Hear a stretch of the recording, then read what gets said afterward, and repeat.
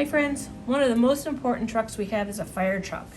The firefighter needs it to get to a fire or to be helpful. So here's a puzzle from 1 to 10 that you can use. Here's labeling the fire engine. There's the window, the siren, the ladder, the wheel, and the hose. These are all very important things.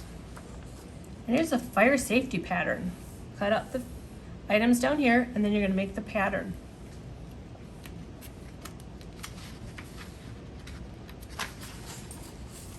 Here's the beginning sounds. What does it sound like? This is a hat.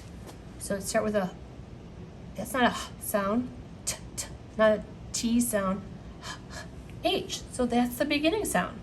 You can work on all of those. Here's a color by number, so you can do your police officer, or your firefighter, excuse me. Here's another one of the firefighter. There's a few other things with the firefighters.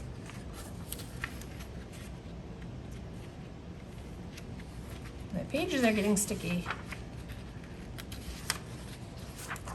Here is the gingerbread man loose on the fire truck. You're going to read the directions and figure out what you need to do. And then here's a fire truck. The directions are up here. What are you going to do with all of these things here? You're going to build a fire truck. Then we have some what's called pre-writing tracing, which I know we've done this before. You're going to start on the left side and you're going to go all the way to the right side, because that's how we read. Is we start on the left and we go to the right. It's also how we write, from the left to the right. So even though these are straight lines, they're very important. Start from the top, go to the bottom. Top, green, go to red. And here's some shapes. Also important. Start green, go around into the top. Over, down, over, up. And then here's some more lines to practice writing. Have lots of fun, friends. Bye.